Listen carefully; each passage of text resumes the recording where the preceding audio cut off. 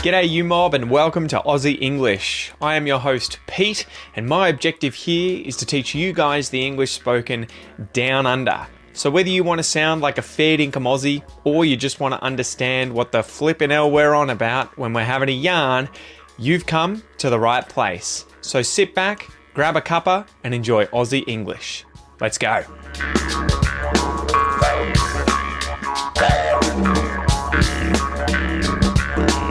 G'day you mob, how's it going? Welcome to this episode of Aussie English. I'm your host Pete. I hope you guys are having an amazing weekend whilst listening to this podcast and leveling up your English. Though I guess you could be listening to this at any point in time in the future, but it's released on a Sunday. So if you're listening to this on the day that it's released, I hope you're enjoying it. Mate, welcome to the episode. So in today's episode, we're going to cover the expression touch and go. Don't forget, if you want access to the premium transcripts and the premium player and all the other bonuses that come with the premium podcast membership, you can get access to this at aussieenglish.com.au/podcast. Now, guys, what have you been up to this week?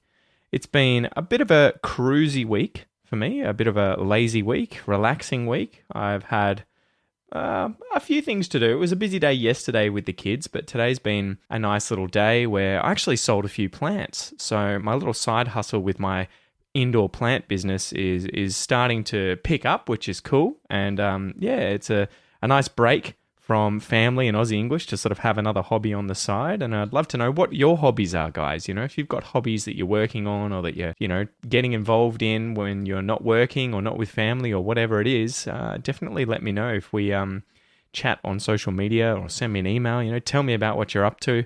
I always love chatting with you guys. Now, let's get into the question for today. This is an interesting one, and I didn't know the answer to this. I had to look it up. So this one comes from EVGK on Instagram. What does Woolworths mean? What does Woolworths mean? So Woolworths, for anyone who doesn't know, is also known as Woolies. That's the Aussie slang term for it. This is a supermarket chain in Australia, or Woolworths. And it's also, as it happens, a supermarket chain in the US. And it was one there in the US before it was in Australia, as you're about to find out. So I did a bit of digging. I went online and was like, yeah, why do we call this Woolworths? My assumption was that it was someone's surname, right? Woolworth or something.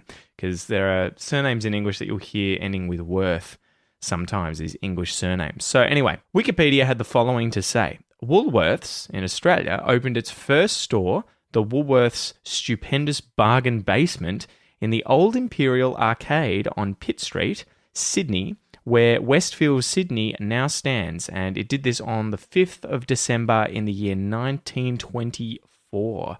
So, mate, next year, at the end of next year, Woolies in Australia will be 100 years old.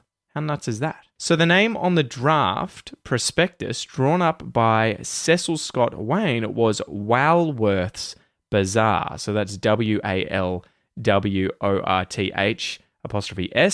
BAZAAR, Walworth's Bazaar, a play on the name of F.W. Woolworth, the owner of the Woolworths chain in the United States and the United Kingdom. So there you go. It was a bit of a joke or a bit of a play on this other person's chain. Now, the first Woolworths in the USA and the UK was actually opened by Frank Winfield Woolworth on February the 22nd in the year 1879 as Woolworth's Great 5-Cent Store in Utica, New York in the US. So how crazy is that?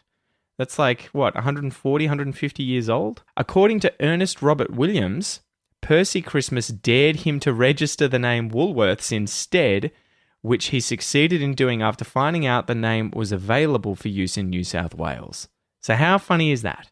Anytime you go to the Woolworths store or a Woolworths store in Australia, you need to know now that the name originates from the people who were setting up this store originally in Australia. One of them made a dare to the other one to copy the name that was used by F.W. Woolworth for his chain of stores in the United States and United Kingdom because it was legal to do so here in Australia. So what an Australian way to come up with a name. It was done because of a dare.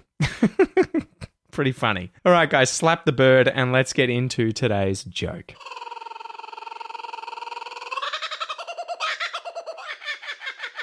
All right, so here's today's joke. And I was like, how do I tie this in with the expression touch and go? Okay, so here it is. Why did the builder touch the window? Why did the builder touch the window? To feel the pain. You get it? To feel the pain. Pain here is spelled P-A-N-E as opposed to pain, P-A-I-N, which is highly unpleasant physical sensations caused by illness or injury, right? So if you hurt your leg, you might be in a lot of pain. But we use pane to talk about a sheet of glass in a window or door. So a pane of glass. That is a pane, P-A-N-E. So that's the joke here. Why did the builder touch the window? To feel the pain, right? So sometimes, if I was going to a burger store, and I do this from time to time, and I get a very spicy burger because I really like spicy food. My wife is always like, why do you eat such spicy food? This stuff will burn your face off. It's horrible. Why would you do this? And I'm like, to feel the pain. I kind of like the pain. I enjoy the pain. I want to feel the pain whilst I'm eating a burger. Spicy pain, spicy goodness. I love it. I want to feel the pain, and that's P-A-I-N, right? And if I put my hand up against the burger window, I would be feeling the pain, P-A-N-E, of glass. That was the window, right? So hopefully you understand the joke there. Okay, let's get into the expression and break down the words in it. We'll talk a little bit about the origin. I'll give you some examples. We'll go through a pronunciation exercise, and then we will finish up with a little clip from a TV show. All right, so touch. I'm sure you will know what to touch something means. To come into contact with or to be in contact with something, right? So like at the moment, if I hit the table, I'm now touching the table, right? If someone walks up behind me and grabs my shoulder to get my attention, they're touching my shoulder, right? They're coming into contact with, or they are in contact with my shoulder. I'm in contact with the table. And this is a conjunction. I'm sure you will know the word and. This must be in like the top 10 most frequent words used in English. It's used to connect two words of the same part of speech. So clauses, sentences, all that sort of stuff. These things are taken together, taken jointly. She and I play tennis. I like chocolate and cake. So those two things together. Go. And go here is to move from one place to another, right? So I go to the shops. I go home. I like to go surfing, right? I leave the place that I am in and I arrive at, I move to the shops, or I go to the beach and I go surfing. To go. So what do you reckon the expression touch and go means though? And it's kind of like a compound adjective, right? Something is touch and go. Touch and go. Ooh, it's very touch and go. So this is when talking about an outcome, especially one that's desired by you, that it is possible, but it's uncertain, right? So it's unpredictable and there's possibly going to be a bad result, but you kind of want a good result. So it's a risky, precarious, and delicate case or state of things, such that the slightest change could prove disastrous. So touch and go. And this was a really interesting one. I jumped over to phrases.org.uk. It's a great website that you can go to look up the origin and the use of different expressions in English. I often use this website. And I looked up touch and go, and I didn't realize just how kind of deep the history is of this expression. So I'll read a little bit from the website. Touch and go is a highly unusual expression in English in that it has developed with several different meanings.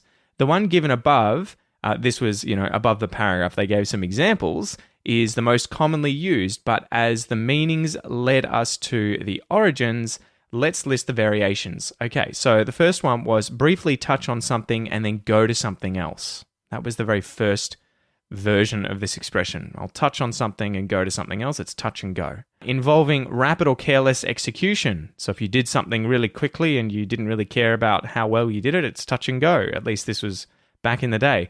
But the most common usage is a precarious situation, one in which a small deviation could cause calamity, right? Could cause something bad to happen. He almost didn't make it through his heart operation. It was touch and go. It was touch and go.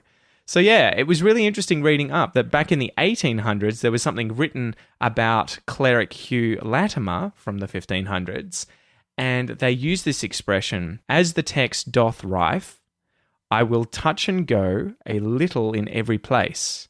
Until I come into much, I will touch all the forfeit things, but not too much. So in modern English, this is, as points arise, I will refer to each of them briefly and elaborate later. I will refer to all of the previous items, but only in passing. So yeah, I found that really cool that it used to be used for different expressions. It meant different things, and it's kind of evolved to now mean that something may happen that is possible to happen. You're hoping it's a positive thing, but bad things could happen. So it's touch and go. It's sort of going back and forth between the possibilities of bad and positive. So let's go through 3 uses of how I would use the expression touch and go. Touch and go. So example number 1, imagine you're a Sheila, right? You're a woman, and probably 50% of you guys listening are women. So it won't be hard for you guys to imagine. But for all the men listening, imagine you're a woman who's a mad horse race fanatic, right? So you love your horse races, you love going to the Melbourne Cup, and you're going this year dressed up as in your nicest frock, with all your girlfriends to get on the piss and, enjoy the horse races. You're really there to see just one horse though, your favourite horse called Winx. Winx's race finally comes around and you watch her take off. She gets ahead of the pack, but she starts having trouble with the horse that's coming second. It's neck and neck, and she eventually crosses the line just by a fingernail in front of number 2. As she's first, she wins, but it was touch and go for a while, right? It was neck and neck. It was back and forward. She was losing, she was winning, she was losing, she was winning, and then she won. It was touch and go. It could have gone either way. It was touch and go. Example number 2. So imagine your grandfather is out in the garden doing some gardening, and tragically, all of a sudden, he has a heart attack, right? You call the ambos, right? The ambulance. They come, the paramedics get him in the ambulance, they rush off to the hospital, and then you follow in your car, get out, and you're like, talking to the doctors. Is my grandfather okay? Is he going to be all right? What's the story? Can you tell me what's going on? The doctor might say, look, it's touch and go at the moment, but we're hoping he pulls through. We're hoping he survives. We're not sure how it's going to go. He's fighting for his life. It's touch and go, but let's hope for the best. Example number 3. Now, there's a big bloody orange cat just walking in front of my window. Looks like Garfield just walked across the fence right in front of my window, guys. Sorry about that. Example number 3. So at the moment, I've been purchasing a few different plants on eBay, a few rare cacti, right? So cactus, the plural of cactus is cacti, some cacti. And these cacti are called astrophytums, which means starleaf. And if you look these up, astrophytum, they look like a star. Okay, so they're a pretty cool little cactus. Anyway, I won't bore you too much with plant talk, but sometimes these plants are particularly sought after, right? They're rare, many people want them, so when they come up on an auction on eBay or something like that, usually a lot of people are bidding all at the same time, trying to win the plant, right? So you might be ahead in the bidding, then suddenly you've been outbid by someone, and you need to put in another higher bid in order to try and win the auction. So if it's uncertain who's going to win, you might lose, you might not be lucky, but you may win, you never know. It's touch and go, right? It's uncertain, it's unpredictable, it's risky, you don't know what's going to happen. Could be something good, could be something bad. It's touch and go. So hopefully now, guys, you understand how to use the expression touch and go. This is when talking about an outcome, especially one that you desire. It's possible, but it's uncertain. You don't know whether it's going to happen or not. It's touch and go. So as usual, let's go through a little pronunciation exercise, guys. So I'm going to go through the phrase word by word, touch and go, and then I'll put it into a sentence and conjugate through the different pronouns in Australian English. Well, in English, right? But I'll do it in Australian English because that's the dialect that I speak, if that makes sense. All right, let's go.